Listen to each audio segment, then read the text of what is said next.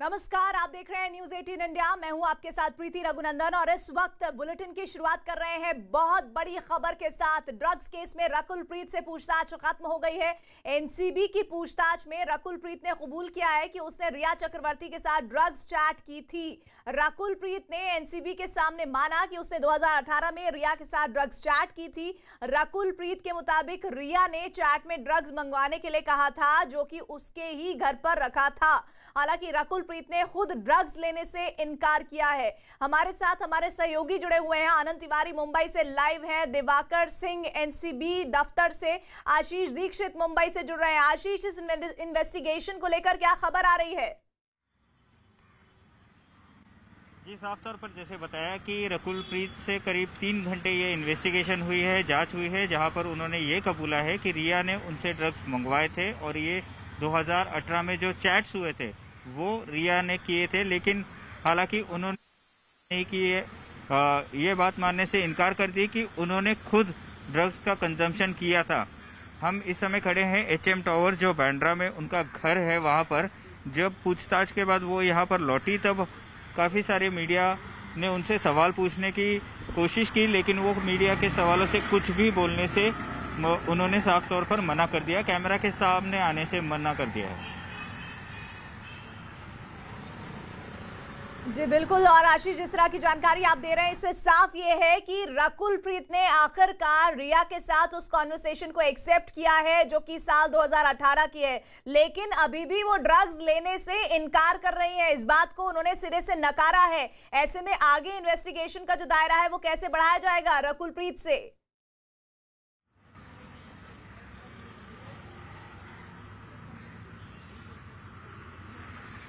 आशीष,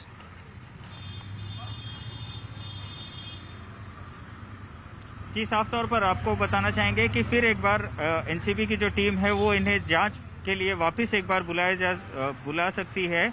और इस सिलसिले में अभी भी जो जांच है एनसीबी की वो शुरू है। कल एक बड़ा नाम दीपिका पादुकोण को जांच के लिए बुलाया जा रहा है। हो सकता है कि फिर एक बार रकुल से पूछताछ की जाए, इन्वेस्टिगेशन जो है वो किया जाए।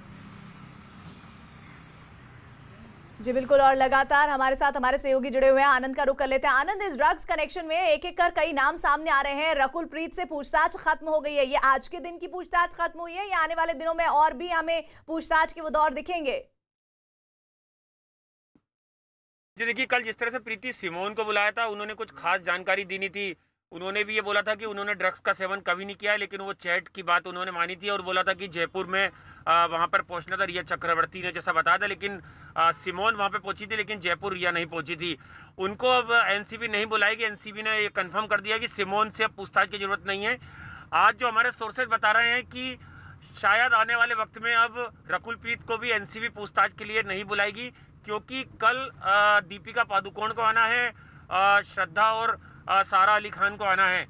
तो अब फोकस जो है एनसीबी का करिश्मा के ऊपर है प्रीति, क्योंकि अब करिश्मा से पूछताछ चल रही है एनसीबी के गेस्ट हाउस में। करिश्मा सबसे अहम किरदार हैं, वो दीपिका की टैलेंट मैनेजर हैं। दीपिका के साथ कई जो फिल्मों के शूट होता है वहाँ पे मौजूद होती हैं, और करिश्मा लगातार दीपिका के साथ कई साल से जुड़ी हुई हैं। 2017 की जो चैट है जिसमें माल की डिमांड कर रही है दीपिका पादुकोण, हर्ष की डिमांड कर रही है, वो चैट भी करिश्मा के साथ है। तो करिश्मा से लगातार पूछताछ की जा रही है। न्यूज़ 18 इंडिया ने सबसे पहले अभी ब्रेक किया था कि एनसीबी ने, ये सोर्सेज ने कंफर्म किया है कि जो 2017 की वो चैट थी उसकी एडमिन दीपिका पादुकोण थी, और उसमें जया शाह, दीपिका पादुकोण का नाम आपने लिया। इस वक्त दीपिका पादुकोण के ड्रग्स कनेक्शन पर आनंद बड़ी खबर आ रही है। न्यूज़ 18 को मिली एनसीबी सूत्रों से जानकारी, ये एक्सक्लूसिव जानकारी, जिसके मुताबिक दीपिका उस व्हाट्सएप ग्रुप की एडमिन थी, आपने बताया। और इस बात को पुख्ता होती हुई ये जानकारी आ रही है जिस ग्रुप में 2017 में ड्रग्स पर चैट सामने आई थी, और इस चैट में दीपिका, जया साहा और जया की सहयोगी करिश्मा शामिल थे।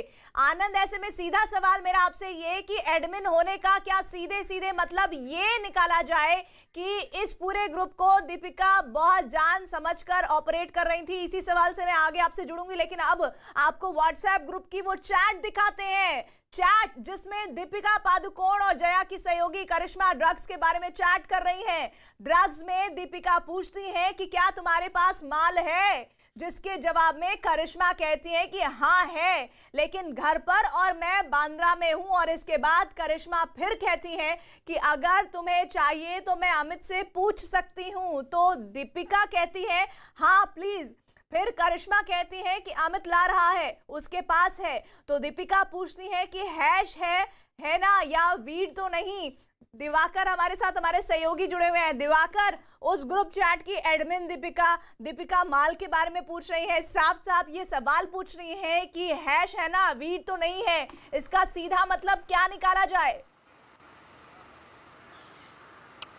देखिए, साफ तौर पर जिस तरह से ये कबूलनामा सामने आया है कि दीपिका पादुकोण जो है उस ड्रग चैट का जो व्हाट्सएप ग्रुप था उसकी एडमिन थी, तो इसके पास सबसे बड़ी चीज जो सामने आएगी वो है जो उस ग्रुप में मेंबर थे वो रडार पर आ गए एनसीबी के। जो उस ग्रुप में मेंबर हैं उनसे पूछताछ अब एनसीबी की टीम कर सकती है, उनको सम्मन किया जा सकता है इस पूरे मामले में। लेकिन जिस तरह से दीपिका के खिलाफ लगातार एनसीबी को सबूत मिल रहे हैं, चाहे 2017 की चैट हो, चाहे फिर 2017 के जो पार्टी की फोटो आई थी कोको पप की वो हो, या फिर अब 2019 में जो करण जौहर के घर पे पार्टी हुई थी उसको लेकर जो है जो सबूत सामने आए हैं एनसीबी के हाथ में, उससे दीपिका की मुश्किलें बढ़ने वाली हैं। कल पूछताछ के लिए उन्हें बुलाया जाएगा और ऐसे में एनसीबी के पास कई ऐसे सवाल होंगे जिसका जवाब दीपिका को देना पड़ेगा। एक और महत्वपूर्ण चीज इसी खबर के साथ इस वक्त एक और बड़ी खबर आ रही है। ड्रग्स चैट में फंसी दीपिका पादुकोण से होने वाली एनसीबी की पूछताछ से जुड़ी हुई खबर है। एनसीबी ने दीपिका से पूछताछ के लिए सवालों की एक पूरी लिस्ट तैयार की है।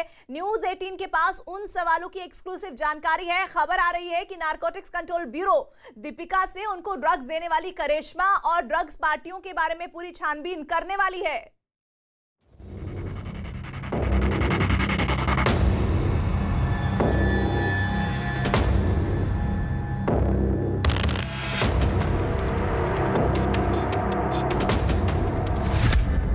इस वक्त की सुपर एक्सक्लूसिव खबर, न्यूज 18 के पास दीपिका से सवालों की लिस्ट, एनसीबी के सवालों की पूरी लिस्ट तैयार। दीपिका से माल पर होगा सवाल, कोको क्लब की पार्टी पर घिरेंगी दीपिका। फिल्म इंडस्ट्री की सबसे बड़ी हीरोइन में से एक दीपिका पादुकोण के दिल में छिपे राज एक एक कर बाहर आ जाएंगे। एक बैडमिंटन स्टार से लेकर मॉडल और मॉडल से लेकर हीरोइन तक के सफर की सारी परतें खुल जाएंगी। बस इस बार सवाल करियर की बजाय निजी जिंदगी में ड्रग्स की एंट्री पर है। क्या ड्रग्स दीपिका की जिंदगी का हिस्सा बन गई है, या फिर सिर्फ मौज मस्ती के लिए दीपिका को माल चाहिए होता है? हर वो सवाल दीपिका का पीछा कर रहा है जिसमें ग्लैमर की दुनिया का काला सच छिपा है। नारकोटिक्स कंट्रोल ब्यूरो ने दीपिका पादुकोण की एक पुरानी चैट को देखकर उन्हें पूछताछ के लिए समन भेजा था। एनसीबी जानना चाहता है कि दीपिका शौकिया ड्रग्स का इस्तेमाल करती थी या फिर उन्हें नशा करने की आदत पड़ गई है। न्यूज 18 के पास नारकोटिक्स कंट्रोल ब्यूरो के उन सवालों की एक्सक्लूसिव लिस्ट है जिसके जवाब दीपिका को देने ही होंगे। एनसीबी की रडार पर आई दीपिका को ड्रग्स चैट से जुड़े सवाल के जवाब देने होंगे और साथ ही साथ ड्रग पेडलरों से भी उनसे सवाल जवाब होंगे। एनसीबी दीपिका से पूछेगा कि 2017 की कोको क्लब की पार्टी किसने ऑर्गेनाइज कराई थी, कोको क्लब की पार्टी में कौन कौन शामिल हुआ था। अपनी 2017 की चैट के बारे में बताएं। अमित और शैल को आप कैसे जानती हैं? चैट में हैश मांगने के बारे में क्या कहना है? चैट में किस तरह के माल की बात कर रही हैं? आप ये ड्रग्स किस नियत से मांग रही थी? क्या हैश मतलब हशीश के बारे में बात कर रही हैं? आप ये हैश किसके लिए मांग रही थी? दीपिका के लिए एनसीबी ने ये सवाल इसीलिए तैयार किए हैं क्योंकि करिश्मा से एक चैट में दीपिका हैश की मांग करती नजर आई थी। चैट में जिस कोको क्लब की बात हुई थी उसी दिन की कोको क्लब के बाहर की दीपिका की तस्वीरें भी खूब वायरल हुई थी। जब से दीपिका और करिश्मा की वो 3 साल पुरानी चैट एनसीबी के हाथ लगी है, तभी से दीपिका और करिश्मा की करीबियों पर भी सवाल खड़े होने लगे हैं। करिश्मा दीपिका की टैलेंट मैनेजर हैं और अब एनसीबी दोनों के रिश्तों को खंगालना चाहता है।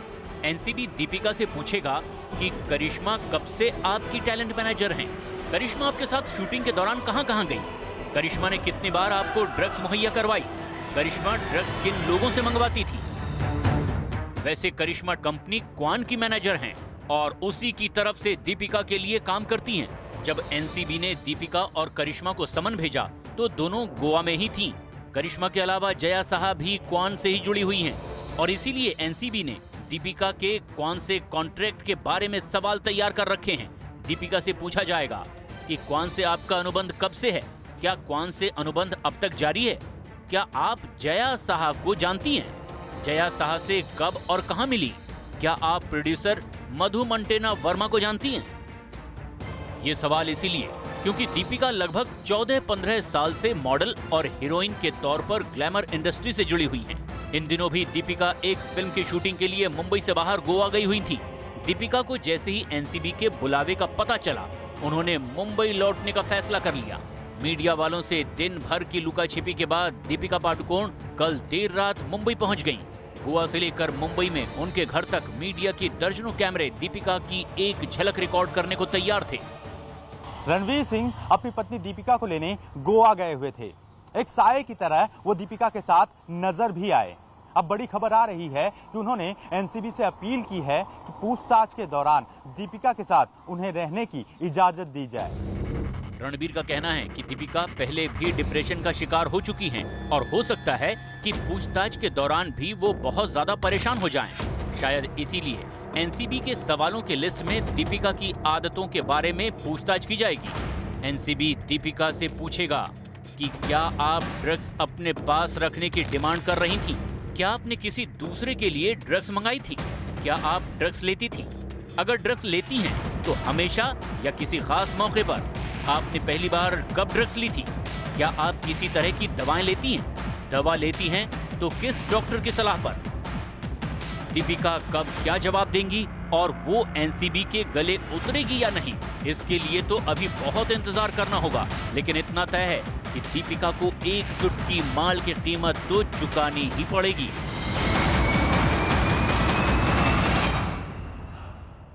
और फिल्म इंडस्ट्री के ड्रग्स कनेक्शन पर इस वक्त बहुत बड़ी खबर आ रही है। ड्रग्स कनेक्शन में फिल्मी सितारों का नया नाम सामने आया है। उन पर जल्द ही ईडी का भी शिकंजा कस सकता है। न्यूज 18 को मिली एक्सक्लूसिव जानकारी के मुताबिक ईडी जल्द उन सितारों पर मनी लॉन्ड्रिंग के एक्ट के तहत केस दर्ज कर सकता है जिन पर एनसीबी ने एफआईआर दर्ज की है। केस दर्ज करने के बाद ईडी पूछताछ के लिए इन फिल्मी सितारों को सम्मन भी जारी कर सकता है। ईडी की पूछताछ में फिल्मी सितारों, उनके स्टाफ और ड्रग डीलरों के बीच पैसों के लेन देन की जांच होगी। मनी लॉन्ड्रिंग का एंगल भी अब लगातार गहराता जा रहा है। आनंद, इस केस में